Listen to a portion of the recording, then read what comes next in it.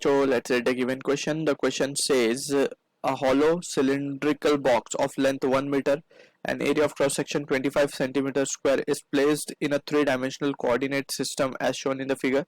The electric field in the region is given by E bar equals to 5x I cap, where E is in Newton per coulomb and X is in meter. We need to find first net flux through the cylinder, second charge enclosed by the cylinder. So इस question में we need to understand about the concept of Gauss law. So according to Gauss law we can say जो electric flux होता है phi, it is given by the expression Q enclosed upon epsilon naught. ठीक है ना? तो the flux associated with the closed surface is given by the expression Q enclosed, that is charge enclosed in that surface upon the permittivity of the free space. ठीक है? And जो हमारा conventional method होता है flux calculate करने का, it is given by E bar dot D A bar. ठीक है, अब यहाँ पे अगर मल्टीपल चार्जेस है तो उन सारे ही चार्जेस की वजह से electric field we need to write, so it will be a lengthy process to calculate in this way, right. So हम क्या करते हैं, we use Gauss law. So ये जो एक्सप्रेशन हमने लिखा है इसे हम कहते हैं गॉस लॉ. ठीक है, तो ये एक्सप्रेशन की मदद से we can just consider only those charge जो कि एनक्लोज्ड है गॉसियन सरफेस के अंदर, या फिर क्लोज सरफेस भी हम उसे कहते हैं, तो वही चार्ज को हमें कंसिडर करना होता है. So this is the basic understanding we need to have. अब using this result will try to analyze the situation. अब हमें एक इलेक्ट्रिक फील्ड गिवन है जो कि पॉजिटिव एक्स डायरेक्शन की तरफ है, ई बार, राइट. और यहाँ पे ये हमारा एक सिलेंड्रिकल बॉक्स रखा हुआ है इस तरीके से कुछ. अब अगर हम ध्यान से देखें तो इस सिलेंड्रिकल बॉक्स को हम तीन पार्ट में डिवाइड कर देंगे. फर्स्ट इज दिस पार्ट जिसका एरिया वेक्टर होगा लेट्स से A1 बाहर की तरफ, ठीक है ना. सेकंड इज दिस पार्ट जिसको हम बोल देंगे let's say area vector A2.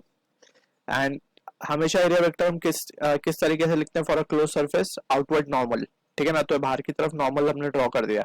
Similarly curved surface के लिए एरिया वेक्टर होगा A3. अगेन ये भी परपेंडिकुलर है. तो अगर हम अब केयरफुली एनालाइज करें, so we have calculated this. Now we can see कि जो फ्लक्स हमें पहले पार्ट में हमें फाइंड करना है net flux through the cylinder.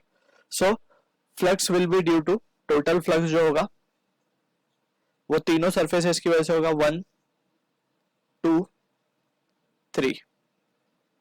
ठीक है, तो यहां पे वी कैन सी कि जो थर्ड वाला एरिया है A3 और जो इलेक्ट्रिक फील्ड है दोनों ही परपेंडिकुलर है. एंड वी नो कि जो फ्लक्स हम कैलकुलेट करेंगे वो करेंगे E डॉट डी ए से. ठीक है ना, सो E dot D A, because यहाँ पे हमें चार्ज के बारे में कुछ वैल्यूज पता नहीं है कि चार्ज कितना एनक्लोज्ड है, so we will go for this conventional formula. So यहाँ पे हम देख सकते हैं कि E डॉट डी ए, ये जो एक्सप्रेशन हमने लिखा है इसको हम किस तरीके से और लिख सकते हैं, phi can be written as E d a cos theta, right. अब यहाँ पे अगर हम केयरफुली एनालाइज करें तो theta is angle between electric field and area vector. So for the third part अगर हम देखें, थर्ड एरिया जो कर्व्ड सरफेस एरिया उसके लिए तो कोई फ्लक्स कॉन्स्टिट्यूट नहीं होगा because angle between them is 90 degree and cos 90 is 0. अब φ1 की अगर हम बात करें, सो φ1 को हम क्या लिखेंगे, E डी ए cos थीटा. अब इलेक्ट्रिक फील्ड भी राइट वर्ड है, एरिया A1 भी राइट वर्ड है, सो दोनों के बीच का एंगल 0 हो जाएगा. So just we will write it as to be EA1. Simply EA1 लिखा जाएगा इसको, माइनस ऑफ EA2. अब ये माइनस क्यों आया, बिकॉज A2 को अगर हम देखें तो ये अपोजिटली डायरेक्टेड है. E और A2 के बीच का एंगल है 180 एंड cos 180 इज -1. सो ये इस तरीके से लिखा जाएगा. ठीक है, अब यहाँ पे just we have to substitute the value and we will be getting the value of total flux through the cylinder. So ये आ जाएगा हमारे पास. E तो हम कांस्टेंट है, E कांस्टेंट नहीं है, so we have to be careful. So यहाँ पे E1 लिखेंगे, यहाँ पे E2 लिखेंगे, because E is getting varied with the distance x. ठीक है, तो E1 की अगर हम बात करें for the first surface, origin से अगर हम देखें ध्यान से, सो ये जो हमारा फर्स्ट सरफेस है ये कितने डिस्टेंस पे है, ये 2 मीटर के डिस्टेंस पे है.